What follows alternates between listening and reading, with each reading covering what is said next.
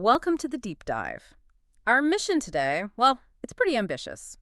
We're going to cut through quite a bit of philosophical history. That's right. We're taking the sources you shared with us and really digging deep into the world around Michel de Montaigne, the guy who basically invented the essay. Yeah, a huge figure. And we want to understand these powerful, sometimes kind of contradictory ideas he was pulling together. Exactly. It's not just about Montaigne in isolation, is it? He's more like our anchor point. We're using him to explore this massive philosophical tension. Tension between what, exactly? Well, on one side, you've got the Roman Stoics, the Seneca, Epictetus, Marcus Aurelius, just this relentless ethical drive, absolute virtue, internal consistency, that sort of thing. Like the hardcore moralists. Right. And then on the other side, you have this critical tradition, really going back to Socrates, skepticism, constantly questioning, demanding that we check our own assumptions, So it's like absolute moral certainty meets absolute intellectual doubt. Wow. And Montaigne is right there in the middle,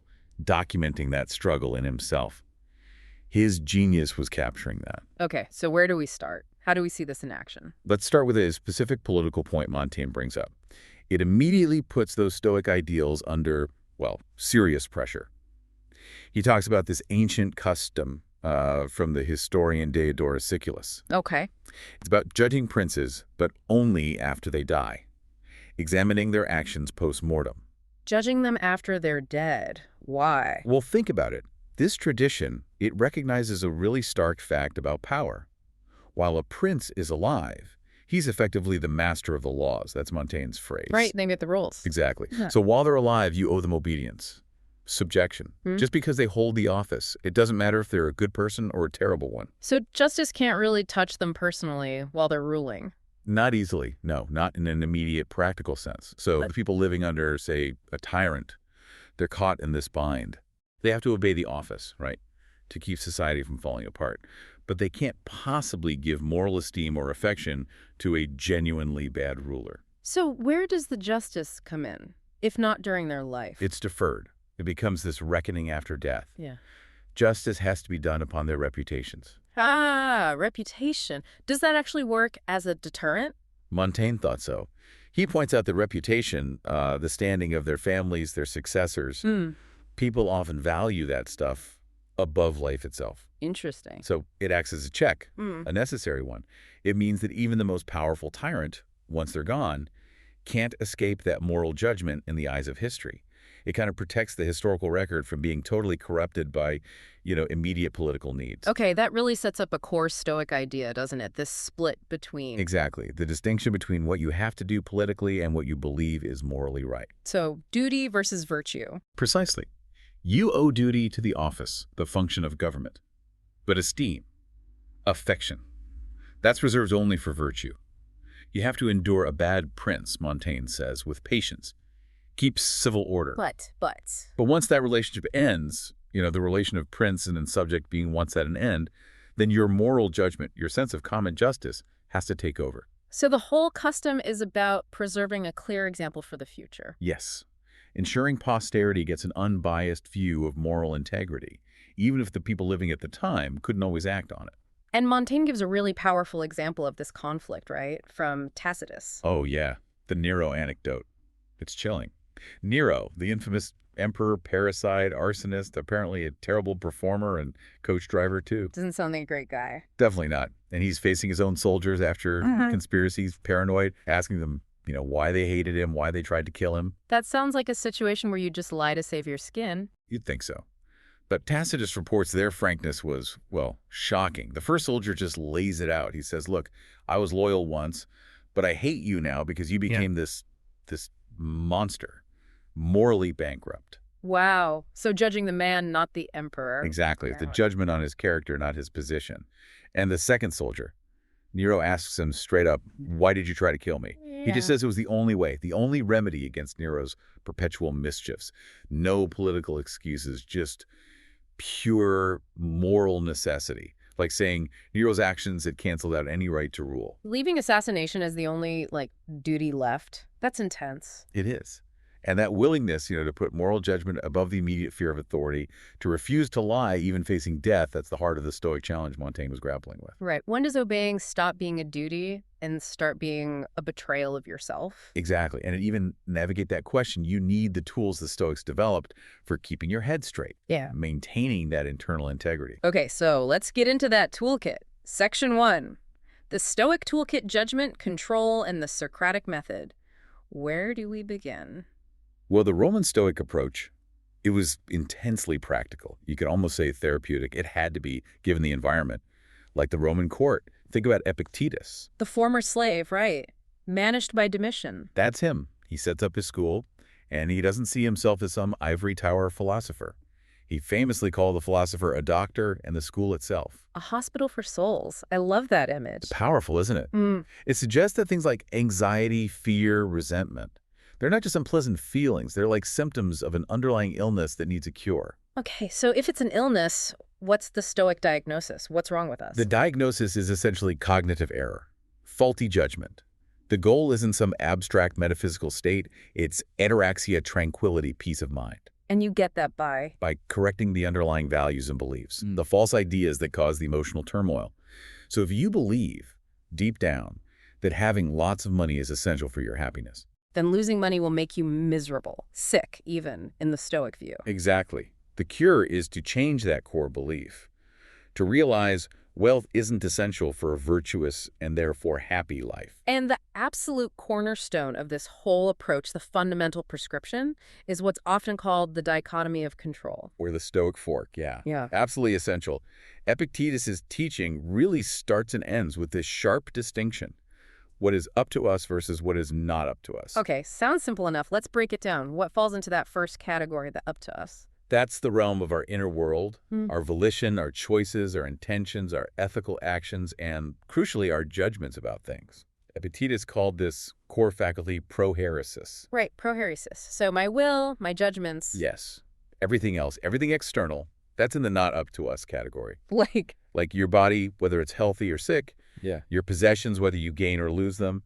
Your reputation, behavior, what other people think of you, other people's actions, external events in general.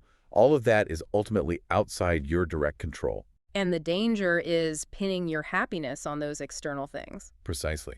If your well-being depends on things you can't control, you've basically handed your peace of mind over to luck, to fortune. You're guaranteeing frustration, disappointment, anxiety. It makes logical sense, but I mean, living it out seems incredibly hard. We're sort of wired to care about reputation or health or what happens to us. Oh, absolutely. That's why it requires constant practice, constant vigilance. And it's why Epictetus elevates prohairesis so highly. He sees it as this absolute autonomous faculty. Autonomous, meaning? Meaning it's completely free, unimpeded, unconstrained. He even called it God's special gift to humans, a portion of Zeus within us. A portion of Zeus. Wow. So even under extreme pressure. Even then, Yeah. think about someone facing torture or the threat of death. The torturer controls the body, yes. They control the external situation, the pain. Seems like they control everything that matters. But Epictetus would say, no. They do not control the prisoner's judgment about the pain. They don't control the prisoner's decision about whether to betray a cause or tell a lie or give in. That final choice remains utterly free. So if I'm threatened, say, with death if I don't do something, the thing constraining me isn't really the threat itself. The constraint, in the Stoic view, is your internal judgment that obeying the threat is better than dying, or that death is the ultimate evil. The moral choice, the assent, is always internal, always up to us. Okay, so no one can actually force you to believe something false or to judge a situation wrongly. Exactly. They can pressure you, hurt you, kill you even, but they can't compel your assent. That radical internal freedom is the bedrock of Stoic resilience, is what makes the ideal Stoic sage, unbreakable. Maintaining that freedom requires constant mental work, though, which brings us to how we process things moment to moment. Impressions. Fantasia. Right, fantasia. This is where the rubber meets the road in terms of self-examination, and it's something Montaigne absolutely picked up on. So what exactly is an impression? An impression, or fantasia, is basically anything that appears to your consciousness. Any thought, any perception, any object of awareness. It could be super simple, like I see a dog, or much more complex, like a judgment. Getting that promotion is crucial for my happiness, or that person just insulted me. And these impressions often feel like they come with a built-in truth claim, like this is insulting. Exactly. They usually carry an implicit proposition. They appear to tell us something true about the world or about ourselves. And our natural tendency, of course. Is just to accept them, right? If it feels true, we often just roll with it. We do. But the Stoics warn. Apparent truth is not the same as actual truth. Just because something seems bad doesn't mean it is bad in the grand scheme of things, or bad for our core self, our prohairesis. So the key job of irrationality is To judge these impressions, to interpret them, to pause, examine them, and decide whether or not to give our assent, whether to agree with the judgment they seem to be presenting. Okay, give me an example. All right, say you're stuck in terrible traffic. Your initial impression might be, this is awful. My whole day is ruined because I'll be late. Sounds familiar. Right. The Stoic task is to catch that. Pause. Identify the impression. Traffic is bad. Being late is a disaster. Then, crucially, withhold assent from the judgment that being late is a genuine disaster. Lateness is external, inconvenient perhaps, but not morally bad, not destructive to your core self. That pause. That's the moment of control, the test. That's the crucial test of your moral character, yes. That's where you apply the dichotomy of control in real time. How do you train yourself to do that? It sounds like it requires intense discipline, like years of meditation or something. It does require discipline and method, and this is where Epictetus really leans into the Socratic tradition. His teaching wasn't just him lecturing at people. Right, his discourses feel more like dialogues or even confrontations sometimes. Exactly. They were dialectical. He blended Stoic doctrine with the sometimes harsh critical style of the Cynics, and most importantly, the Socratic method, the elenchus, the cross-examination. So he's pushing his students to question their own beliefs, just like Socrates did in the Athenian marketplace. Precisely. He insisted, just like Socrates, on starting with the examination of words, asking what fundamental terms like desire, freedom, happiness actually mean to the student. He avoided overly technical jargon. Trying to expose their fuzzy thinking, their contradictions. Yes, to jolt them out of complacency. It was a very personal, almost paternalistic approach, guiding them towards self-examination, forcing them to find a source of goodness and stability that was purely internal, something that didn't depend on external success or failure. And this constant self-questioning, this demand to doubt the automatic truth of our impressions, that leads us directly towards skepticism, doesn't it? It absolutely does. I mean, the Stoics themselves were fundamentally dogmatic. They believed that certainty was possible, that the sage could achieve perfect knowledge, but they were always arguing against and responding to the skeptics. Like Arcesilaus. Right, who argued that nothing could be known with certainty. So there's this constant intellectual pressure. Montaigne, writing centuries later, really absorbed that skeptical challenge. He uses all the Stoic tools for self-scrutiny. But he doesn't buy the final certainty. Exactly. He ultimately sides with the skeptical refusal of dogmatism, and that's why he writes essays, attempts, trials. He's exploring, questioning, testing ideas, not laying down final truths in a grand system. It's a profound shift. Okay, so you've got this toolkit. Control your judgments, examine your impressions, question everything.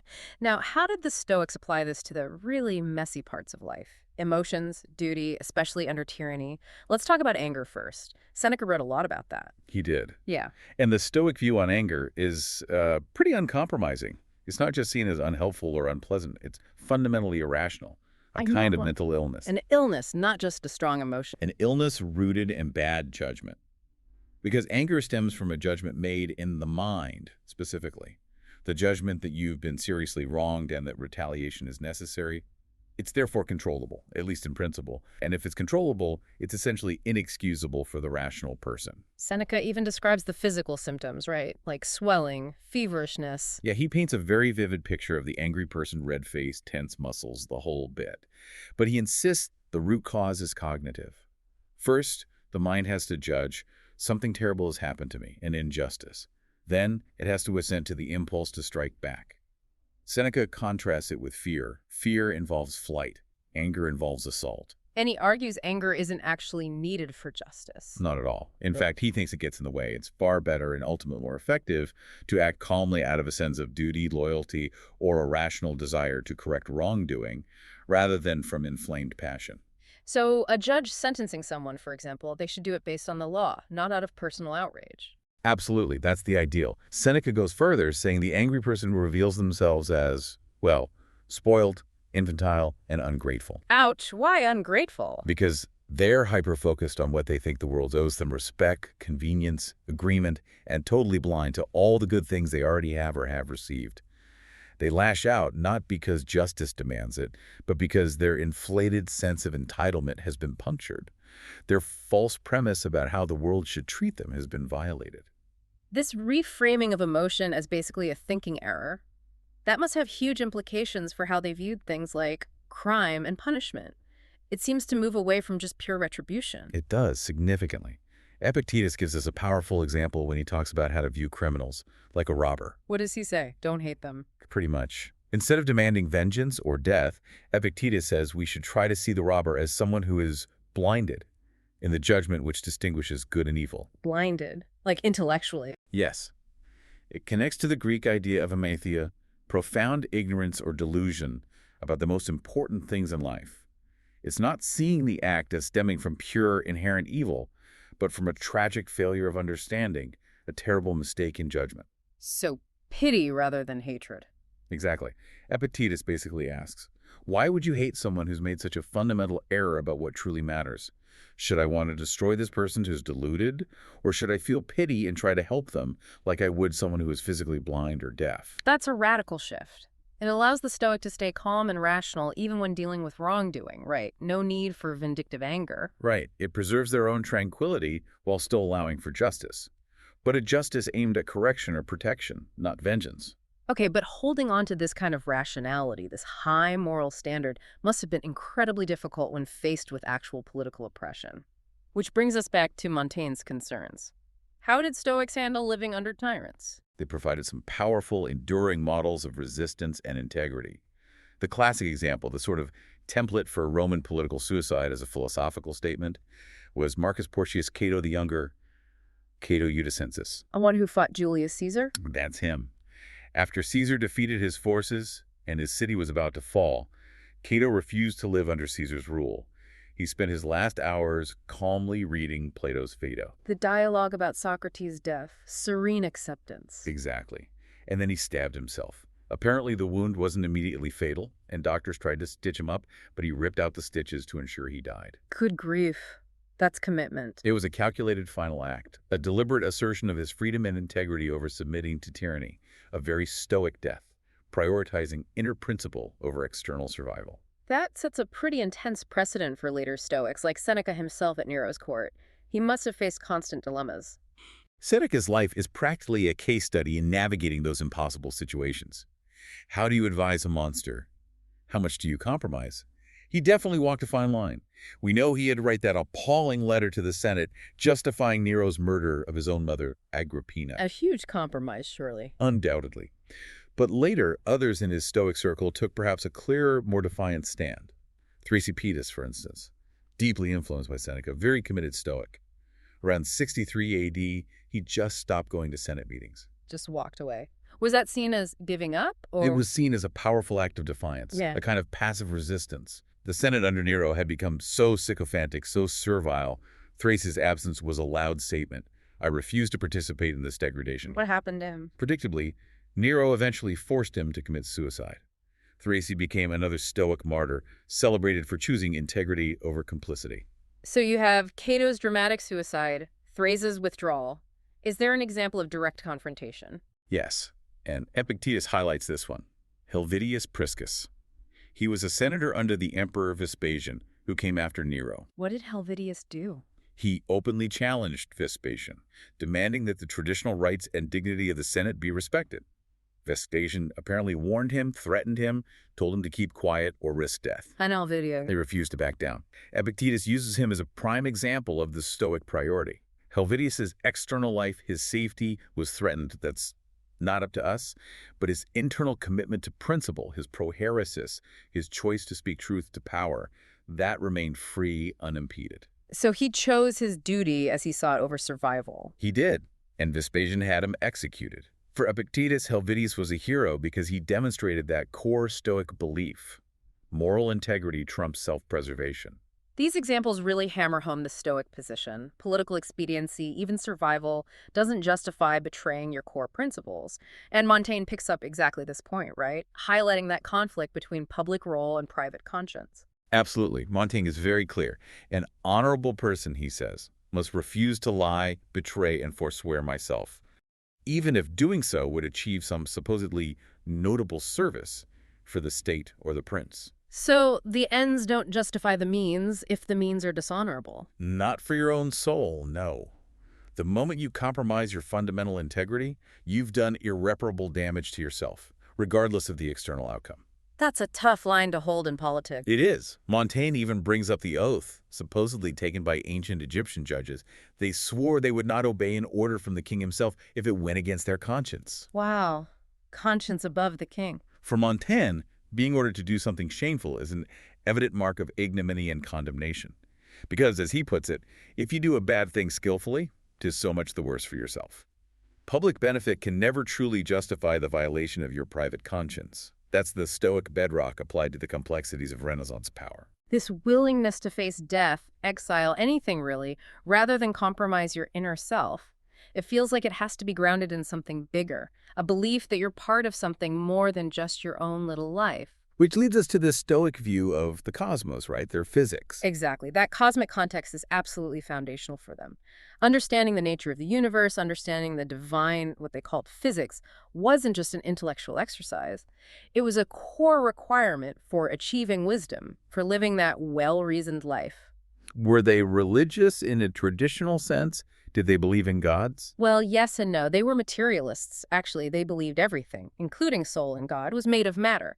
But they weren't atheists. They saw the universe as a single, living, rational organism. God, or Zeus, or nature, they often use the terms interchangeably, was the active, rational principle within it, the world's mind, ordering everything purposefully. So to live virtuously means? To live in accordance with this rational nature, to understand the cosmic order and align your own reason and actions with it. Epictetus seems to make this very personal, though, calling Zeus father and trainer. He does. It gives his Stoicism a really strong personal ethical dimension. When he talks about our capacity for choice, our prohairesis, he doesn't just see it as a human psychological faculty. He sees it as literally a portion of Zeus within us. A divine spark. Exactly. That's the source of our dignity, our freedom, and our connection to the universal reason. And that personal connection fuels the absolute conviction that living virtuously in line with that divine reason is the only true good. Okay, so if the universe is rationally ordered by this divine principle, does that mean everything is predetermined? What about free will? Ah, the classic Stoic puzzle. They believed in fate, yes. Everything happens according to the rational plan of Zeus' nature. But they also insisted on human freedom in terms of our assent to impressions and our choice of actions, prohairesis. How do they square that circle? It's complex, but essentially, fate determines the external events that happen to us. But we remain free in how we judge and respond to those events. Accepting fate, for a Stoic, isn't passive resignation. It's an active, rational choice to align oneself with the unavoidable unfolding of the cosmic plan. Because you trust that plan is ultimately rational. Precisely. Epictetus loved quoting the hymn to Zeus by Cleanthes, another Stoic. The lines go something like, "Lead me, Zeus, and you, fate, wherever you have ordained for me, for I shall follow unflinching." Okay, willing acceptance. But then Cleanthes adds, "But if I become bad and unwilling, I shall follow nonetheless." The choice isn't whether things happen, but whether you follow willingly, rationally, or get dragged along kicking and screaming. The outcome, the external event, is the same either way. Aligning your will with fate brings peace. That acceptance must be a hugely powerful psychological tool, especially for someone facing immense stress, like Marcus Aurelius. Absolutely. Marcus, the emperor, constantly uses this cosmic framework in his meditations to regulate his own emotions. He's dealing with wars, plagues, betrayals. How does he use it? He frequently reminds himself that even the people who annoy him, obstruct him, or betray him are, in a sense, his kin. They're all part of the same universal community, all humans sharing this spark of reason, even if they're using it badly. So getting angry with them is pointless, irrational. Worse than pointless. Mm-hmm. It's contrary to nature's law. which intends for us to cooperate and live in harmony as rational beings. He tries to view their faults with understanding, almost like a doctor diagnosing an illness. He also uses that famous view from above, right? Yes, the cosmic perspective exercise. He tells himself to imagine looking down on the earth from a vast height. See how tiny everything looks, cities, empires, individual lives, all our frantic concerns. What's the point of that? To shrink the perceived importance of immediate problems.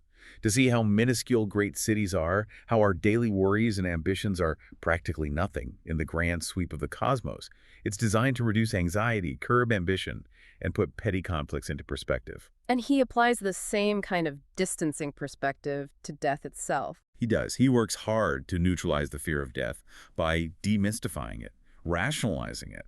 He reminds himself that change is constant. He's been dying every day since I was born, just shedding old states, old cells. So death is just another change.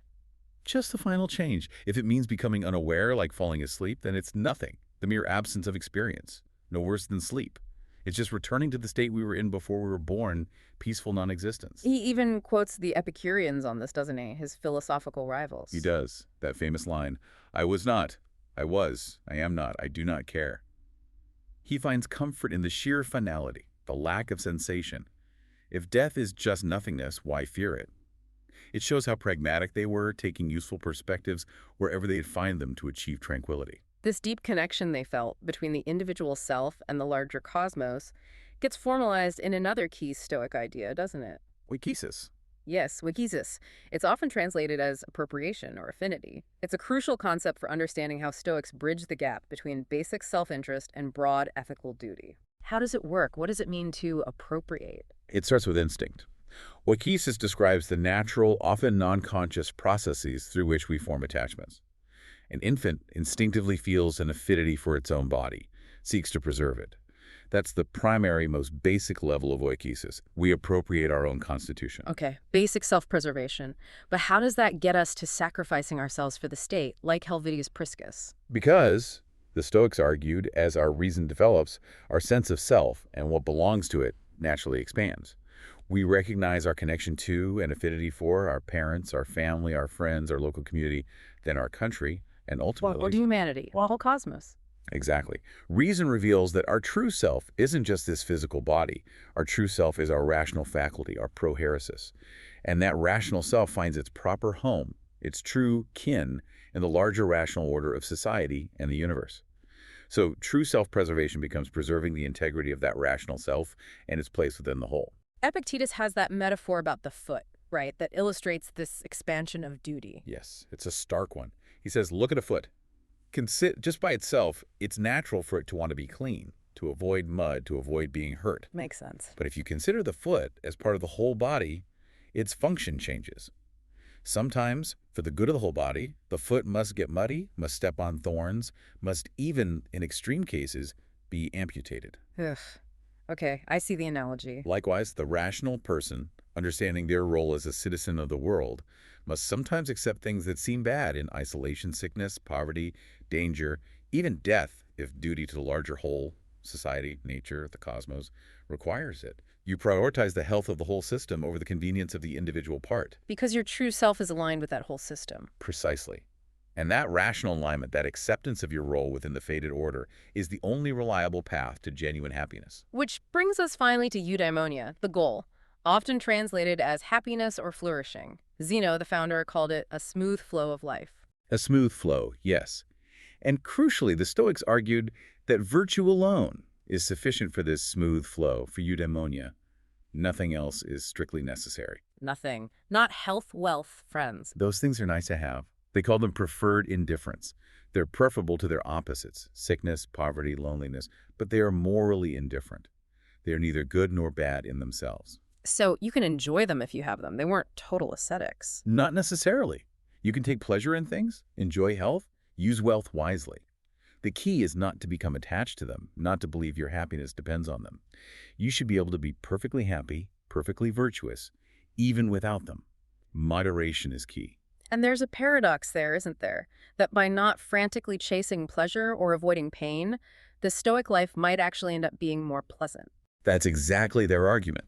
A life lived according to reason, free from irrational fears and desires, free from the emotional roller coaster of chasing externals, is inherently more tranquil, more serene, and therefore, paradoxically, often more genuinely pleasant than the life of someone desperately seeking pleasure who's always vulnerable to loss and disappointment. So happiness, joy, tranquility. They aren't the goal you aim for directly. No, they are the consequences, the natural byproducts of living virtuously. They are what the Stoics called eupatheiai, good emotions, or rational affections, like joy, based on present good, caution, based on future evil, rationally assessed, and wishing, based on future good. These arise naturally from correct judgment, unlike the irrational passions like fear, lust, or anger, which stem from false judgments. So you achieve that smooth flow by perfecting your inner state, your judgments, regardless of the external turbulence. That's the core idea. Focus entirely on the quality of your internal world, your virtue and happiness will follow. Okay, so bringing this all back together, this deep dive really shows the incredible, intricate, philosophical world Montaigne was navigating. It's quite something. It really is. You have this intense, stoic conviction. Virtue is the only good, demanding, constant, self-monitoring, ethical effort. And he took that very seriously. But then he combines it with that relentless, Socratic or skeptical demand for self-examination. Always questioning, testing every assumption, every impression. Right. The Stoic gives you the tools and the ambition how to build your inner fortress. But the skeptic keeps whispering, are you sure you're building it on solid ground? Are you sure you've got the foundations right? It sounds exhausting, like that ancient Greek combat sport, the pancration you're constantly fighting, striving for that prize of inner peace, but also constantly questioning if you're fighting correctly. That's a great analogy. And Montaigne's genius, I think, was embracing that struggle. He adopted the Stoic practices, the self-scrutiny, the moral seriousness, that deep commitment to figuring out how to be a human being in accord with nature. But he ultimately refused the Stoic certainty. He didn't claim to be a sage. Far from it. He chose the essay, the attempt, precisely because he internalized the skeptic's insight. That final, complete knowledge of ourselves or the universe might always be just out of reach. His project wasn't achieving perfection, but engaging in perpetual self-work, self-exploration. So the journey towards integrity isn't about arriving at a destination, but more about the process, the constant effort of self-creation. I think that captures it well. And, this whole Stoic skeptic approach, this tension, it resonates right down to modern times. It makes me think of Viktor Frankl. The psychiatrist who survived the Holocaust, founder of logotherapy. That's him.